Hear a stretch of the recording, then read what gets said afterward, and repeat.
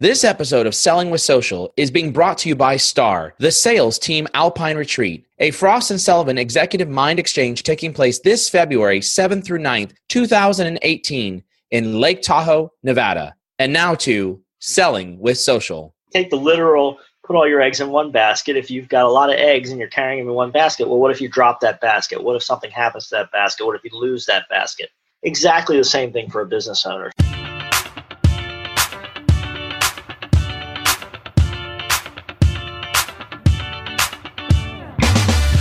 Hey y'all, welcome to Selling with Social, the podcast that helps marketers increase marketing qualified leads, sales reps to shatter sales results, and sales leaders to grow as leaders.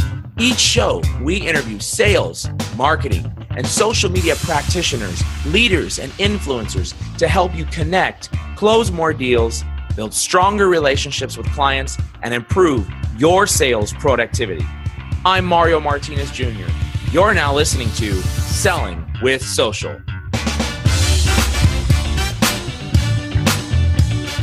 Shawn McBride, I'm so excited to have you on today's Selling with Social. Thank you so much, my friend, for joining me today. Thanks for being here. Looking forward to it. It's been fun chatting with you. I think we've got some great stuff to help some people out. Yeah, so I'm thinking about your background for all of our listeners. We've got sales, we've got marketers, we've got leaders, business owners, and your background, you've got speaker, author, and you're the CEO of your own individual company, correct?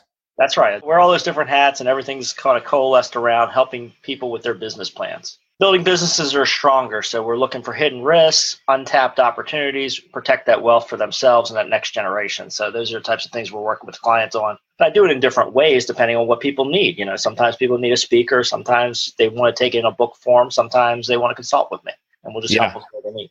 We had your co-author on a previous Selling with Social show, Shannon Gregg, talking about the book that you guys co-authored together, if I'm not mistaken. Is that right? That's right. Shannon and I wrote a book called It's About Time. And that really takes one of these sub-pillars of business planning, which is time management. You know, there's always so many demands coming at us. What do we do with all this time? And we wrote a book about time management called It's About Time. So yes, I think you previously had Shannon on one of your shows. I love it. And then, but today, we're going to be talking about business blunders. Now, when I got some of the information from the book, we talked about some of the content in the book. I thought this is a perfect discussion topic for our audience in both sales and marketing and business owners.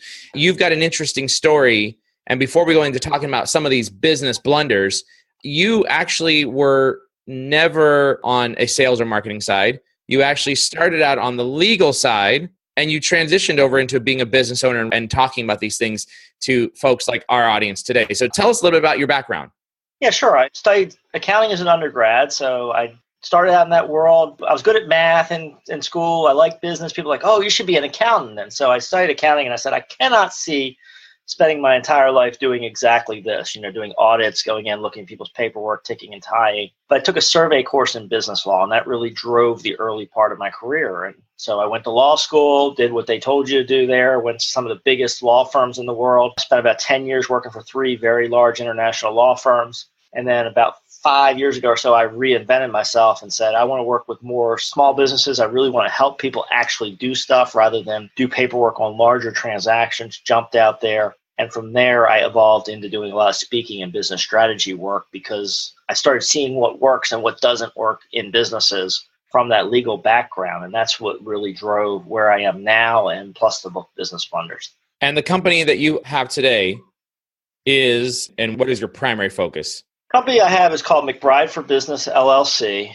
And we are really working with people on their business plans. Now, occasionally I will work with people under my law firm, the Shawn McBride law firm, and that's a boutique law firm where we actually document and do transactions. But a lot of my work is in the business strategy space, working with people on what should your business plan be, how do you build a business plan that's consistent with your dreams, how do you execute on a business plan, and how do you protect yourself from risks, some of which I think we'll be talking about today. How do you make sure that you don't fall into some of these traps that unfortunately too many business owners do fall into? So I'm personally excited to have this conversation because I want to learn. Obviously, as you know, we have Vengreso and where I'm a business owner, but we're going to spend some time translating that into what sales and marketers will need to understand about growing and developing their business. And in fact, some of the business blunders that you talk about in the book, Business Blunders, actually apply to pretty much anybody in business, whether you're growing a business within a business or you're growing your own business. Would you agree? Absolutely. You and I had a little preliminary discussion about that. And there's so many of these lessons that I wrote Business Blunders. If you read Business Blunders, it really reads a checklist for a business owner. But you can use that. Most of those same checklist items you can use as a sales professional or somebody in the business world to say, is my career on the right track? Is the career plan that I'm executing really going to work? Or am I got some hidden traps that I may fall into later? And should I be doing something differently now to put myself in a more protected state so that I'm really going to live the life that I want to live? Yeah, gotcha. So before we get into this, I want you to share with our audience one thing that they would not know by looking at any of your social profiles. I enjoy antique cars. I think there's a hint of it in my social profiles, but there's no pictures or other things. So I enjoy antique cars. And I just spent last week on a racetrack with one of my clients driving a road course. So I'm waiting to see what this passion takes me on. I definitely want to get back out on the racetrack again. So that was a lot of fun. Ah, very nice. And where did you go for the racetrack? A place called Motorsport Ranch right outside of Dallas. Went out there in the suburbs. Several of my friends had mentioned it before. They've driven their cars there. And it's a 1.7 mile road course that we were on, lefts and rights and banks and turns and, learning how really to handle and place a car to get it around the track quickly. Yeah, I actually did the Richard Petty driving experience in Las Vegas, and it was one word, exhilarating. I think the max we were able to go was about 100 or 110 miles per hour. And, you're driving the vehicle in one of the race cars. It was amazing. It was just so exhilarating. And we had to follow a professional race car. And basically, they're talking to you in your ear and they kept telling you, hit the bumper, hit the bumper, hit the bumper. And you're being so cautious, like, I don't want to hit the bumper. But reality is I would have never hit the bumper because the professional driver knew exactly where I was at all times. Yep. So they were trying to get me to accelerate, but it was a phenomenal experience. I would love to do that again. If anybody hasn't done something like that, you got to try it. That's for sure, especially if you like thrills. Exactly. It just changes everything. And a very similar experience, I had an instructor sitting next to me in this car when I was driving, and had two different instructors. Second instructor I had was just yelling at me, absolutely, hit the gas, the car will stay, go. And he was just yelling at me to hit the gas and slam on the brakes. So, something there about coaching and listening to somebody else and getting that input of how far you can go, because we all have those limits, right? You're not going to hit the bumper of the car in front of you. I'm not going to slam on the accelerator because the car's drifting up the line as I'm going, and I'm afraid I'm going to run off the track. But this guy knows exactly how hard I can get the gas when and keep the car on the track. So it was very interesting. I love that. That's fantastic. Well, that was a great experience for me as well. But let's get into business blunders. Yep. When we spent some time chatting, there was a couple of things that I thought, man, if we could only talk about this on the Selling with Social show. And here we are. We're now talking about this together. And there were 3 specific chapters in the book that I thought we definitely need to spend some time talking about. One of them was planning for change in your business. Yep. Not putting all your eggs in one basket, and getting advisors.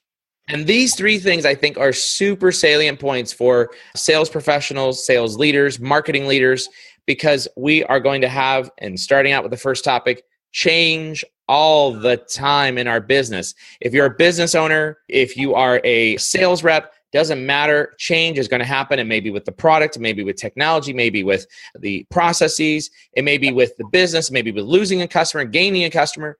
Absolutely. Let's talk about this plan for change. Give us a little background about this topic from the book. The lesson I portray in the book really is many times business owners form their business and they think, particularly partnerships. I work a lot with business partnerships or family-owned business. You have one or more persons who are running the business, and everybody's worried about, customer changes, market acceptance, learning from there. So they're planning for some subset of change. We're not planning for all the change. Which of the partners may leave later and go pursue a new business opportunity? What's going to happen with the health of a family member? Maybe the family member is running the business, wants to go start another business and sell this business off at some point. There's a lot of things that can change, and we as humans change. I'm sure many of the people listening to it are, into self-improvement and change. I look how radically different I am than I was 15 years ago. That same thing's going to happen to you as a business owner or a professional, and the same thing's going to happen to the people around you. So you need to be starting to build the plans, not only for is the market changing, but how am I going to change? How is life going to change? How are perspectives going to change? And does the plan that I'm on really take that into account and, leave me protected and get me where I want to go through those changes? So I don't disagree with you at all in terms of planning for change. I think conceptually, I think most would agree that we know that life's going to change, life circumstances. God forbid I get hit by a bus tomorrow and I survive that kind of accident, right? It could leave me, completely in a dysfunctional position, just from a pure physical perspective. So, I get that concept and we always try to plan, but so what? Like, talk to me about the so what. Like, what does that mean? You plan, you think about, you pontificate, you think about the what ifs. Net that out for me, Shawn. At some point, you want to take that back to your business plan, to whatever is governing your business. In the case of, partnerships, you have multiple owners in a business. What does it look like when one of the partners leaves the partnership? What does it look like if one of the partners die? The reason why this chapter came into existence is, as a lawyer, unfortunately, I had too often people would come to me and they would be like, my partner died. Now their spouse is running the business. They won't show me the books. I don't know what's going on over there. My partner died. Now their child wants to come and run the business with me, and I don't like how they act. All these types of real life scenarios happen, in a sales situation. Maybe your company changes. Maybe the environment around you changes in a way that is possible, but you didn't really build into your plan. And now where are you? Because if you don't leave that flexibility and don't have contingencies in there, you end up in a really bad spot.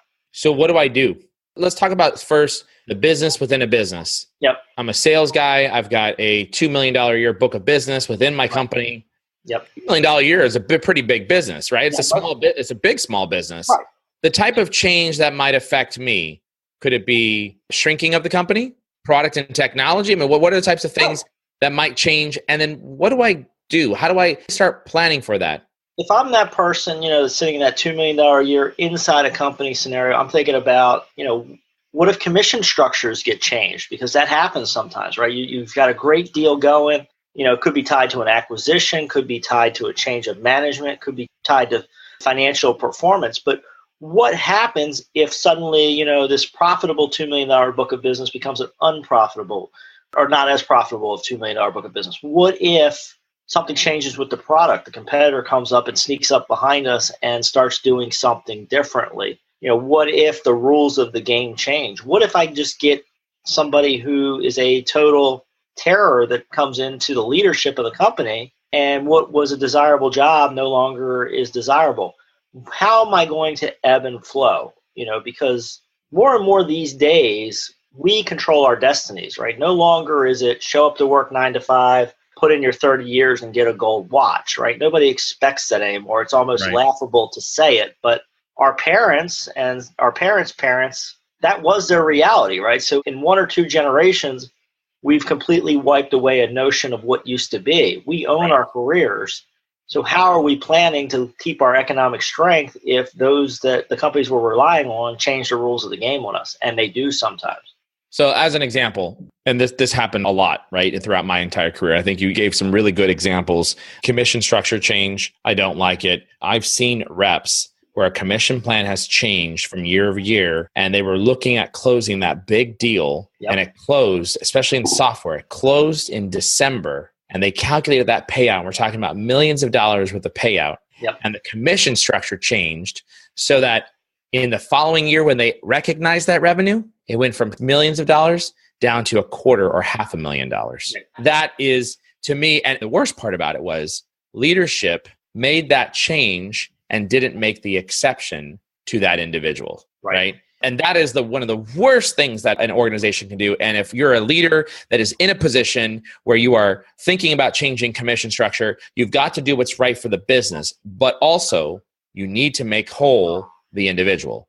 However, you mentioned commission structure, M&A, management change or your leader change, product changes, all of which could affect your happiness, I presume, could affect your productivity, could affect you being there. So is the plan for change for sales, and then we'll come to the business owners, is the plan for change, hey, you should always keep your options open in terms of looking at new opportunities and look outside? Is that what we're saying? I think there's part of it is, just be good in your organization, right? I mean, there's one camp that says be so good that they can't ignore you. And if you can get to that tier of performance, when they change the commission structure and it doesn't benefit you, if you're a big enough piece of the overall business in the company, you might be able to have that conversation. So True. if you get to the tier of being that good, that is strategy number one. Strategy number two is definitely keep an eye on the market, right? You need to know where your exit points are. I tell business owners, know how you might get out of your business. If the market changes, the competitive landscape changes, if you got to get into a new product category, how do you sell this business off, or how do you go a different direction? So know what your exits are, know what your possibilities are. And I think the other thing too, for sales professionals in particular, is keep a broader network than what you might naturally do just for your product. You're often going to be, I got to make quota. I've got to get this certain number this quarter. I've got to post this numbers for whatever metric. But are you meeting people outside your industry? Are you networking into other areas of the country? Are you building these bridges with just good people? Start tying good people into your network. Keep in touch with them, because you don't know what the future holds. And as things evolve, and the pace of change obviously just seems to keep increasing in the world around us, that person that you met at a conference 5 years ago that you just liked each other, but you were in different fields, well, suddenly your fields may come together. I mean, Amazon acquires Whole Foods. I mean, who would have put that together, 5 years ago and said that play would have happened? The more good people you can know in other areas, the more options and ability you're going to have to react if something does happen. Yeah, and actually interesting, I have a site and it's mariomartinezjr.com. I have not updated it in about 2 years because I left corporate. That was my professional branding site. We'll make reference to that for those listening in on the show notes. But if you actually went to mariomartinezjr.com and click on achievements, there's a document there. It's, I don't know, I want to say it's at least 5 pages long of every single piece of recognition that I ever received. Accolade, certificate, award, whatever it might be. Every single one, by year, by month, and what the name of that particular accolade was, including, as an example, if I was asked to sit on a committee, if I was asked to be part of a special liaison group to help pricing or help finance or help legal or part of a mergers group or, a consolidation effort. Whatever it might have been, if you actually go there, and for those listening in, one of the things I always encourage people to do is you've got to, and you hit the nail on the head, Shawn, plan your exit. You've got to have an exit strategy, even as a small business within a business. That is very, very important. And if you don't have documented all of your achievements in your particular position, whether you're in sales or whether you're in marketing, then shame on you, because you're not really planning your exit plan. You don't have a plan to exit in the event. And then you end up in the scramble and you're looking for the next great thing and you really don't have all the documentation to go behind it. Let's switch gears for a second. Let's talk about it from the viewpoint of a business owner and plan for change. So many things can happen. And speaking as a business owner, my biggest challenge is, man, if something happens to me today, how do I take care of my family tomorrow, right? What do you say to business owners? And maybe this applies also to the business within a business. Do we have extra insurance? Do we need extra insurance? Do we need workman's comp insurance, liability insurance? What should we do to take care of ourselves and our families? Yeah, well, one of the things we think about from the business standpoint is obviously insurance is good. Disability insurance is a big one, right? Most small business owners realistically need to have insurance if they can't come to work, because, until you get your business to a certain size, so much of your income and wealth is tied to you physically being there, servicing the customers, adding that value to the economy.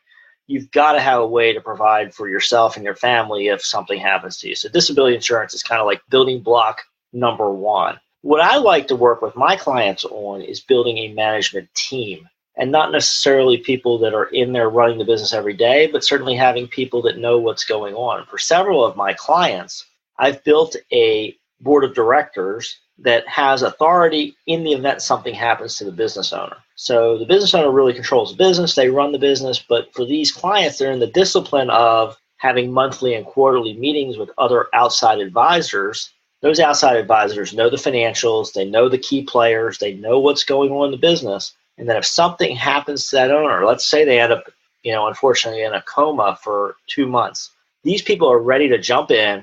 They kind of know where things are. They at least had an update within the last couple of weeks.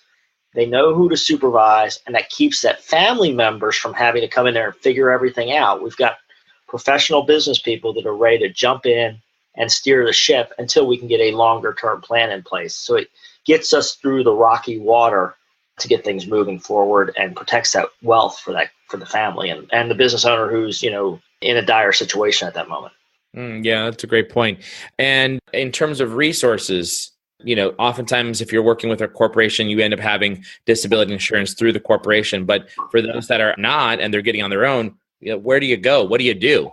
Yeah, well, here's one tricky thing that happens with a lot of business owners is, if you go to a private insurance company and there's people out there that do it, you ask around, ask your friends, who do you know that's a good insurance person? And there's people out there that work for, major financial companies that have underwriters, just like a life insurance policy. The trick with disability insurance is they're often going to check your health, and so you've got to be of a certain level of health. If you don't have that level of health, then we've got to get even trickier in the planning because insurance may not be economically available. And a little side note, for those of you that are working for a company, those disability policies that you have when you're working for, that private employer, they're often tied to your employment. So for those of you that think you might go out on your own at some point, or if you would have that double whammy, you lose your job, then you get disabled, you could be in a very unfortunate position. So you need to do that broader planning of, those double testing. What if I lose my job, then I get disabled shortly thereafter? Well, if you're working for somebody else and you're relying on them having a disability policy, you don't have disability insurance. Yeah. That's a great point. That's a great point. Well, I want to switch gears and move into topic number 2. Don't put all your eggs in one basket. This one I'm really excited to talk about. But before we do that, Shawn, we're going to take a short 1-minute break to hear a message from our podcast sponsor. I'm excited to mention Vengreso's partnership with Frost Sullivan on the launch of the Sales Team Alpine Retreat, STAR for short. Vengreso is proud to be a partner for the event, and I'll also be presenting a session on digital selling strategies and tactics. If you're not already familiar with Frost & Sullivan's STAR Executive MindXchange, you're missing an amazing opportunity to participate in what will be the most important sales leadership think tank ever. I encourage you to join us at STAR February 7th through the 9th, 2018 in Lake Tahoe, Nevada. As an event partner, we're super excited to extend a $250 savings to all Vengreso event attendees. For more information, please visit frost.com/Vengreso. That's frost.com/Vengreso. Vengreso. All right. So before the break, I said I wanted to talk about not putting all your eggs in one basket. We talk about this. This is I almost feel like cliche term, right? What do you mean by not putting all your eggs in one basket? Let's net this out for our listeners. So many of these cliches that we have in America, they're grounded in some reality, right? So if you take the literal, put all your eggs in one basket, if you've got a lot of eggs and you're carrying them in one basket, well, what if you drop that basket? What if something happens to that basket? What if you lose that basket? Exactly the same thing for a business owner. So often, when we're growing a business, we end up picking up an unintended weak point or blind spot because we have an over-reliance on some one factor. It might be a major vendor, right? We're relying on getting most of our inventory from somebody. If they can't meet the timelines anymore, or they change their pricing structure, we suddenly can't supply our customers at the same level. We may have a major customer. This is something where, in the sales world, we need to think about. What if 60, 70, 80% of our income is tied to one source? And we see this a lot with small businesses. I know many people who have small businesses that essentially are an outside vendor to a larger business. Well, now you own your own business, but you are essentially an employee or relying on the economic health of somebody else. Then as you're growing, it may be key employees, it may be other people in your business, maybe a partner. You need to think about where your risk points are and are you covered in the event something happens at all these different points. That's what we mean, and that's what we want to get business owners thinking about.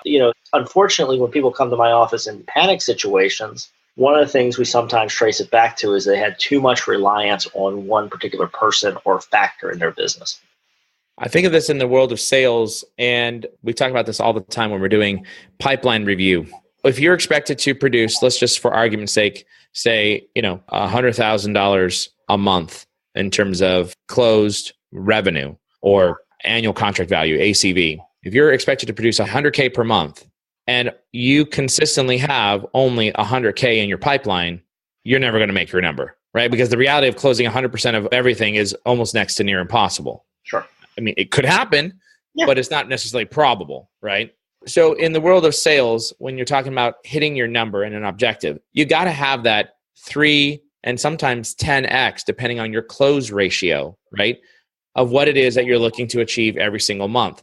Is that the same type of mentality that a business owner should have as well? If they have a set of expenses plus cost of living that they have to achieve every single month, should they be looking at how much revenue am I going to bring in and look at how to increase that pipeline by 1, 2, 3, 10x? Absolutely. I mean, they need to be thinking, definitely about your realistic close ratio, what percentage you're realistically going to bring in. You probably want to have a margin of error because you're going to have ups and downs in the business. And you also got to think about how it's shaped. Am I relying on any one customer? I mean, that's where we see a lot of this. Or am I relying on any one source of income? Some businesses get hot in a particular area. And I'm thinking of a particular business that does a lot of internet advertising. And they're using an internet advertising strategy to drive a lot of their customers.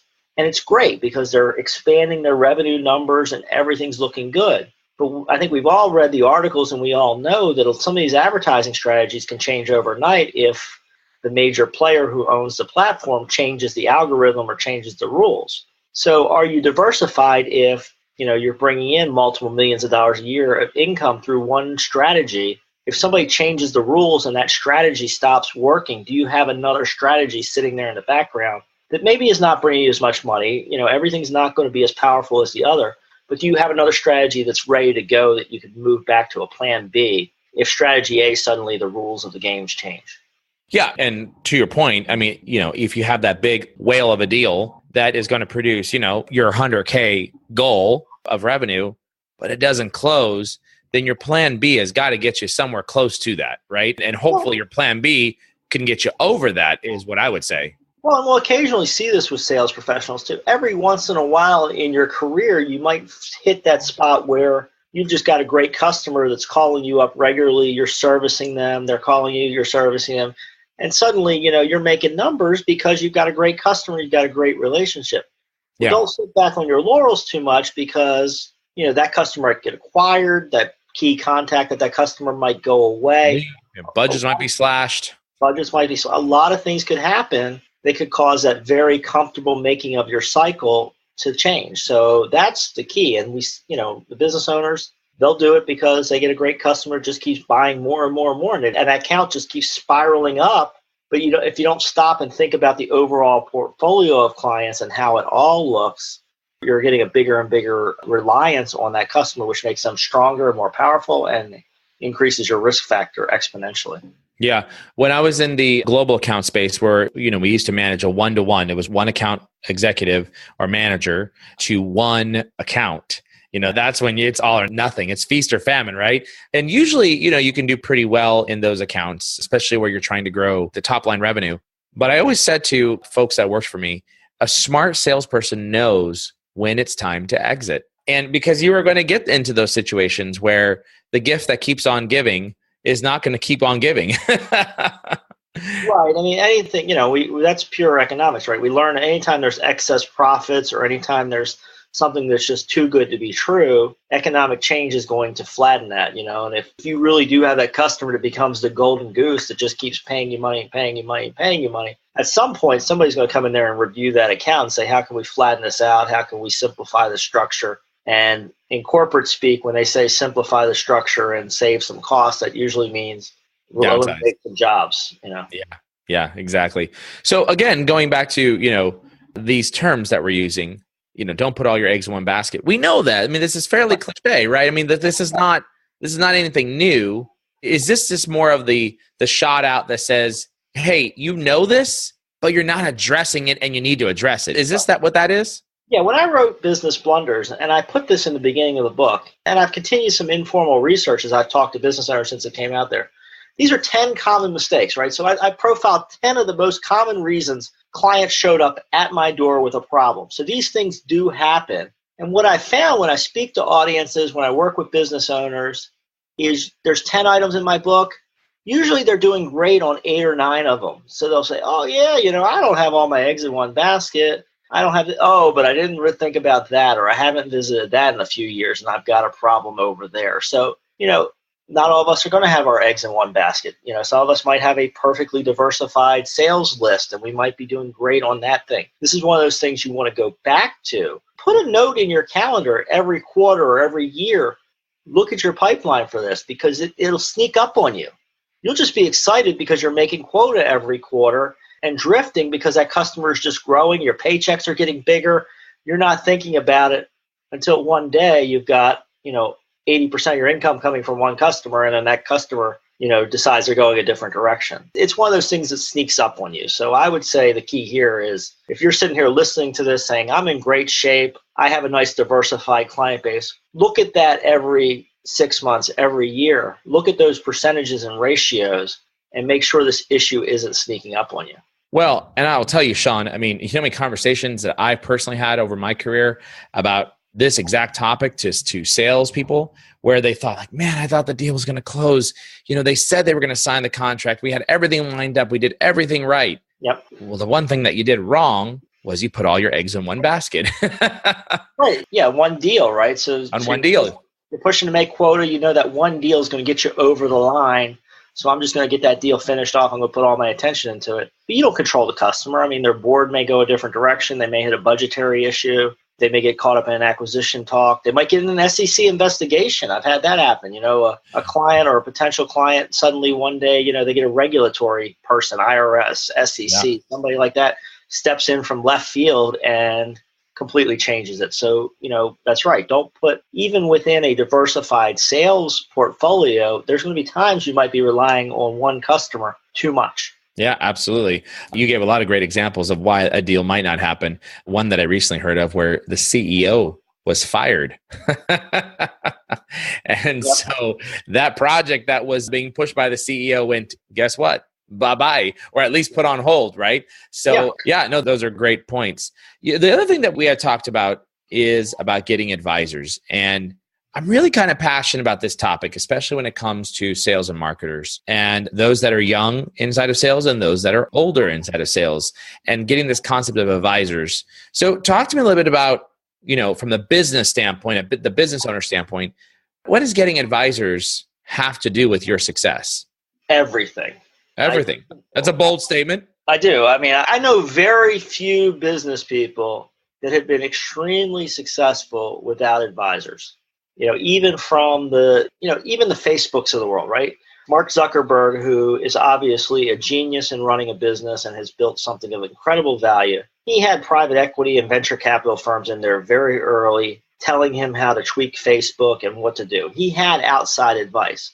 And I struggle. I've looked at times to find somebody who had extreme success in a business that did not have outside advisors, and, I've been studying it. It's one of my future book projects to look at people that have struggled before they've been successful. And everybody, even the people that go through these troughs, they find somebody who is a mentor or a guide or whose materials they use. So it's so critical for us to attach to the learning of others and to get that input and get outside perspective, because none of us are going to be able to figure it all out on our own. So we really need that additional help from other human beings. Do you believe that advisors have to be a formal thing, that you give someone a piece of equity into your company, they become an advisory board member? Or could an advisor be somebody that you listen to every single day or every single week in terms of their training, their podcast, their videos, somebody that you follow that inspires you, that is helping business owners or helping salespeople grow? Could it be that?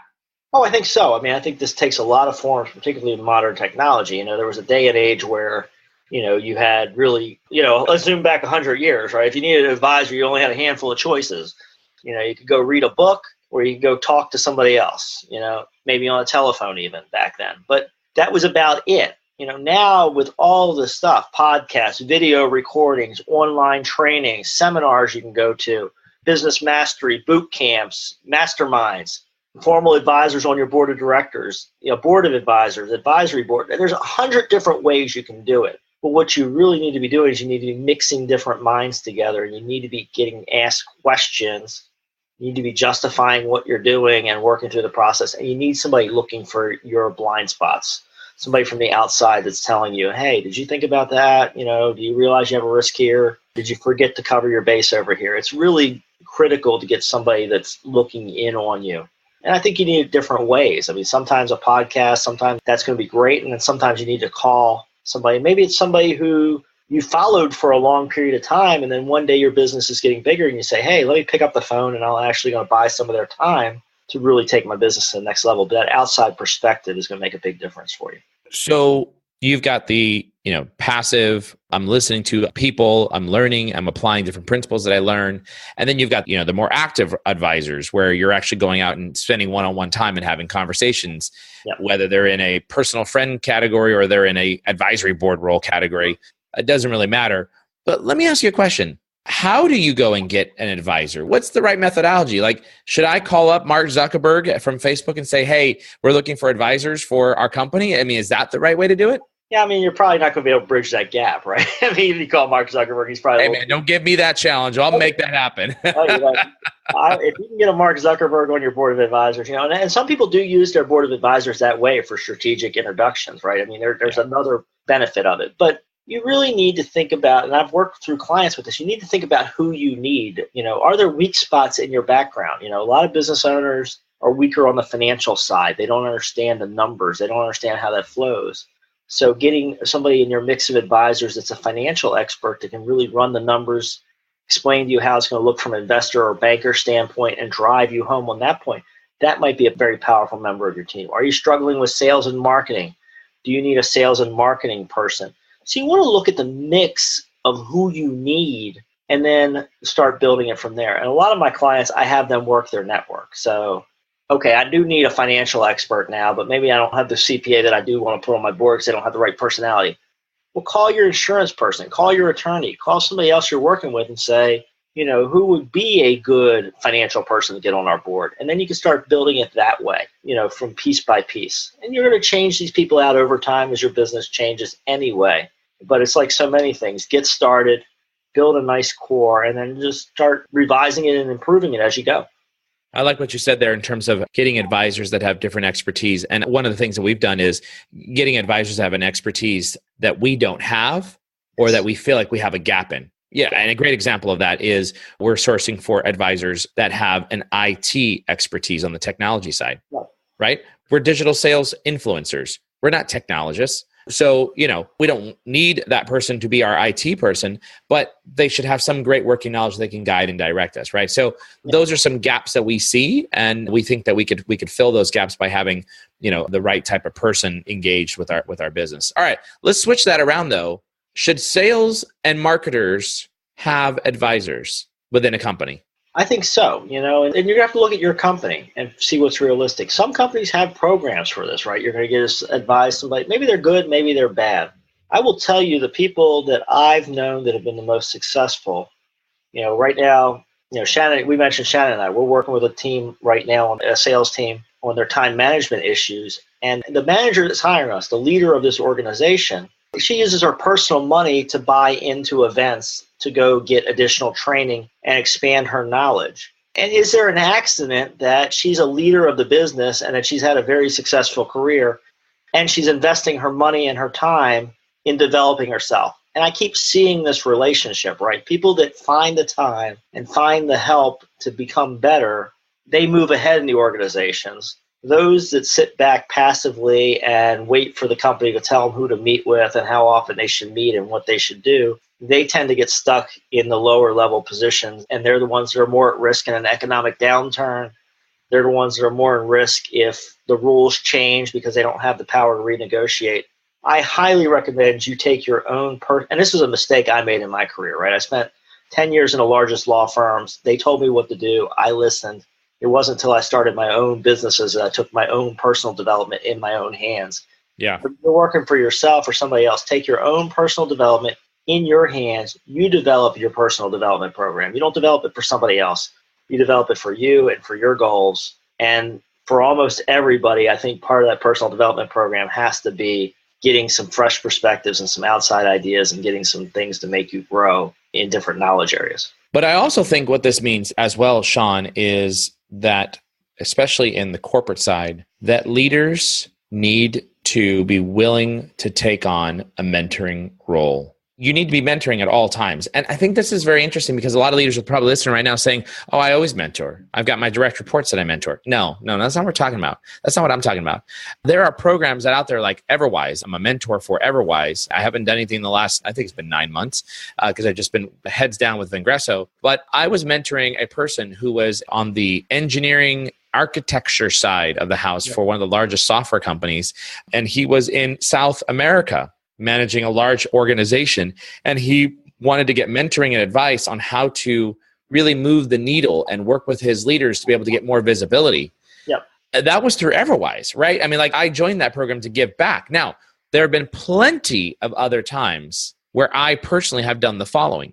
Instead of going to my VP and saying, hey, I'd like you to be my mentor, or I'd like to go ask permission to go ask our president to be my mentor, I was like, I'm taking this into my own hands. I sent a note directly to the president of the company and said, President so-and-so, I am actually in the market right now looking for a business mentor. Yeah. Here's what I want to accomplish out of my mentorship or being mentored, excuse me. Yeah. And here's the time commitment I'm looking for, which is basically 4 hours throughout the entire year, right? 1 time per quarter. And if you baseline it like that, I mean, if I was, and in this case, our chief sales officer of the company I'm thinking of this Fortune 100, responded back with, yeah, book it with my admin and I'll spend an hour a quarter with you to help you grow and develop. If you do it like that and someone were to say no, or they were push you back down to your VP and say, you should really go through your VP. And when I've heard that before, someone's given me that response before they've done it, that to me is crazy. And I think we've got to find those mentors. We've got to find those advisors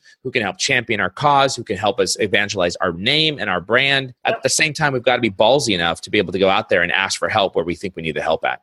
Well, it's like sales. Many times, it's not going to hurt you to ask, particularly if you do it in a respectful manner, right? Yeah. Even there, if that president, if they, for whatever reason, you don't know what's going on behind the scenes, right? I mean, their job might be on the line, so they may not want to commit to mentoring you because they know they might be out the door, right? They might be having a different conversation with the board. There might be a merger pending. There could be 100 things that cause them to say no. But again, if you do it in a very respectful way, like you did, where you position it well, you're going to start building a mini bridge no matter what. They're going to remember your name because they're going to say, that's the person that approached me respectfully, and was nice to me. A lot of times you'll be surprised because a lot of people are willing to do that. It's a compliment, especially if somebody comes to you in a nice way. One of the speakers I followed, they approached a famous actor and said, I want to be a great actor. How do I become a great actor? And the great actor took time with him and outlined a program of how does he build his acting career. And this actor asked the more famous actor, well, how often does this happen? And the famous actor said, nobody comes to me and asks me how to become a great actor because nobody wants to do the work. Yeah. That tells you something, right? There's a lot of people out there that are just not willing to put in the work to be a great salesperson or to be a great actor or be a great business leader. So if you approach somebody ahead of you and ask, they may not have been requested that many times. They may be very complimented. And I will tell you now that I've been put in this role occasionally of getting to mentor other people. It is an amazing learning tool on the other end when you need to stop and explain things and clarify things and systematize things. You learn a lot teaching other people how to do something because you have to make it simple. You have to break it into components. You have to understand why it works. It will make you stronger too. So I recommend, those that are in the position to do it, you may want to think about mentoring both directions, getting a mentor to help you. But then on the flip side, who are you helping and who are you giving back to? And you're going to get bonuses and dividends from both. Yeah, there you have it, ladies and gentlemen. Shawn McBride and 3 of his tips from Business Blunders. I love that, man. That was fantastic. So before we go, a couple questions for you. Sure. Number 1, if someone wants to get a hold of you, what's the best way? Is it through LinkedIn, follow you on Twitter, email? You tell us. Twitter's great, McBride for Biz, B-U-S. Very active over there. We post a lot of tips and ideas. LinkedIn's great. And then McBrideforbusiness.com, that's our business page. Just go over there and check that out. There's our phone number, email address, email in, we'll get back to you. Sometimes it's me, sometimes it's my team because I travel and speak a lot, but we'll get back in touch with you. We love when people reach out. If you have informal questions, just let us know because we'd love to know what's going on in the world, what challenges people are facing. And the final question I have for you, my friend, is your all-time favorite movie. What is it? All-time favorite movie. Today I'm going to say Top Gun. I just really love that commitment to excellence and where it's going. That one's Top Gun. Well, we just had that one. Oh, I forget who it was. A couple weeks ago, someone had said Top Gun. It was there. So now for the first time, I think we've had Top Gun twice. Excellent. Well, there you go. So that's the one that's sitting on top of my head. There's several other movies I love as well, but that's the one that's sitting on mine right now just because it's a selected group that are pushing to be even better. And I just love that theme when I'm thinking about getting better in the world. I love it. Shawn McBride, thank you so much for joining me on today's podcast, Selling with Social. And I'm excited to spend some time talking about these 3 different topics, my friend. Thank you so much for joining me. I enjoyed it. Thank you. You're welcome. Thanks so much for joining me on that episode of Selling with Social. I hope you found as much value in that episode as I did. Here's what I want you to do next. Please go to www.vengreso.com. That's VENGRESO.com. VENGRESO.com. And make sure that you get access to our content. We've got the latest and greatest in digital sales, sales training, content marketing, and social selling strategies that are going to help you grow your sales pipeline. I look forward to having you on the next show of Selling with Social. Make sure you also go to vengreso.com/podcast to be able to get access to the latest and greatest Selling with Social episodes, along with any of the other episodes that we've got from Social Business Engines with my friend and partner, Bernie Borges, along with Conversations with Phil with my friend and partner, Phil Gerbishak. Thanks again for joining on Selling with Social.